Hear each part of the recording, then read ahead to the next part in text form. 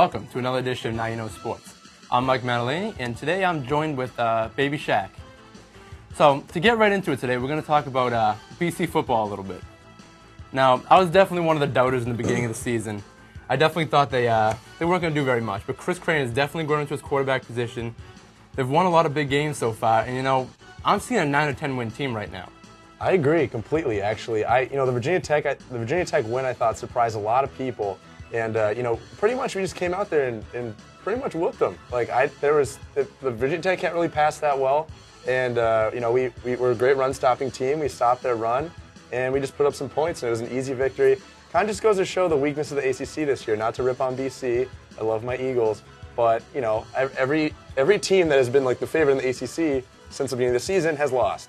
And now people are saying we're the favorite, so hopefully we can win. But Clemson's definitely gone downhill. They've got a big team, and they've basically become terrible this year. I can't remember a meltdown like Clemson's in the past few years. Like they were number 9 preseason, came out, lost the first game to Alabama. A good team, yeah. A good team. Got to give them respect. And then they lose, 4 straight. They're 3-4 right now, and they fire their coach, not even getting votes. They're at the bottom of the Atlantic Division. It's just it's a miserable season.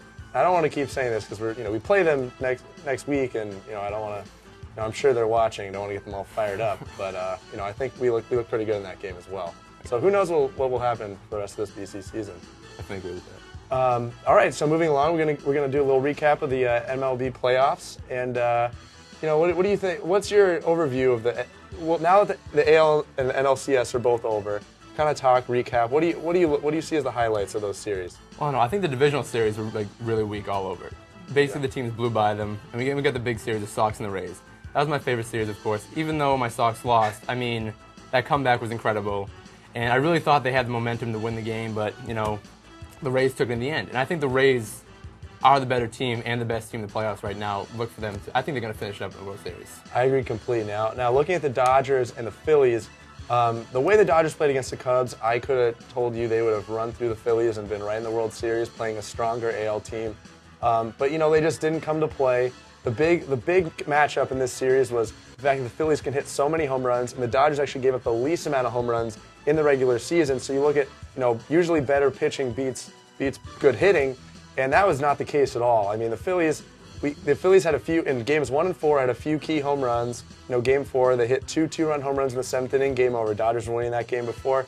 Game 1, Phillies hit 2 home runs in the 6th inning, game over.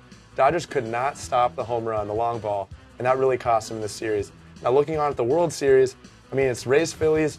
I'm not a big fan of this Phillies team. I think starting pitching gets you championships, and aside from Cole Hamels, who I think is the best pitcher in the playoffs right now, aside from that, Brett Myers, Jamie Moyer, not good starters in the postseason.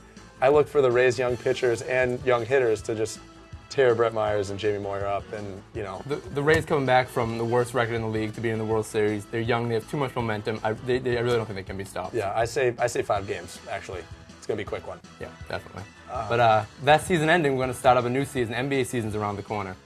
And we got new rookies this year, who I actually think a lot of them are overrated. I think Derrick Rose is going to be the only one that's going to be a big impact player. I think Mayo's overrated, Beasley's overrated, and maybe some of the sleepers like Kevin Love might make a big impact. But overall in the NBA season, I'm looking at a recap of last year. I don't see much different than Celtics-Lakers. I completely agree with that. You look at this, the New Orleans Hornets got James Posey. That was a good pickup. But, with the Lakers having Andrew Bynum return, I think that kind of offsets that. Bynum was the physical presence. I think the Lakers obviously they were missing a physical presence in the NBA Finals because the Celtics just took advantage of that. I think Bynum will obviously help them in that respect, and I think it's going to be a repeat of the Finals, and it should be very interesting to see who will win that. But you look at the Hornets; they're a pretty good team that could surprise the Lakers in the playoffs. You look at the Portland Trail Blazers, who now have Greg Oden back from his injury. A lot of young talent. They could be a sleeper team. You look at the East. I don't really see a team in the East that's going to take over the Celtics. But you look at the Raptors, who just picked up Jermaine O'Neal, which was a great pickup. They have him and Bosh, and also the Philadelphia 76ers taking Elton Brand from the Clippers. You got to look out for them. But the thing is, the Celtics' big three. They're still in their prime. They're the second year together.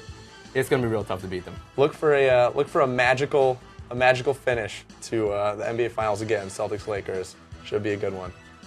That'll be it for this week's edition. Now You Know Sports. I'm Brian Page for Mike Matalini, and we'll send it back to the desk.